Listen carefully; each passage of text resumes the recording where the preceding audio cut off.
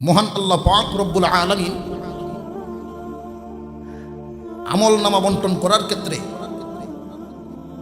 ইমানদারদেরকে ডান হাতে আমল নামা দিবেন, কাফেরদেরকে বাম হাতে আমল নামা দিবেন। ওই দিন যারা বাম হাতে আমল নামা পাবে,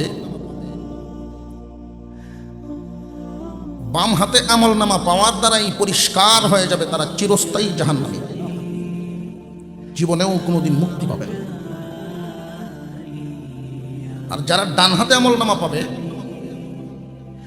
তারা খুশিতে চিৎকার করতে থাকবে, একে অপরকে ডাকতে থাকবে। ডান হাতে আমল নামা পাইলাম মানে চিরস্থায়ী জাহান্নাম থেকে বেঁচে গেলাম, চিরস্থায়ী জাহান্নাম থেকে বেঁচে গেলাম।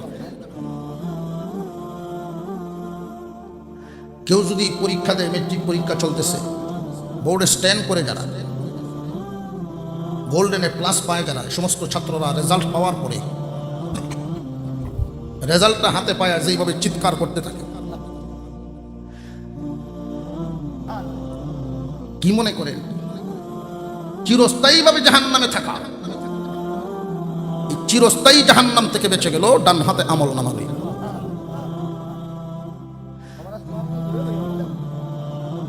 কাফেররা চিরস্থায়ী জাহান্নামী। আল্লাহ যেন আমাদের সকলকে ঈমানের সাথে দুনিয়ার থেকে বিদায় দেন। সকলেই বলুন আমিন।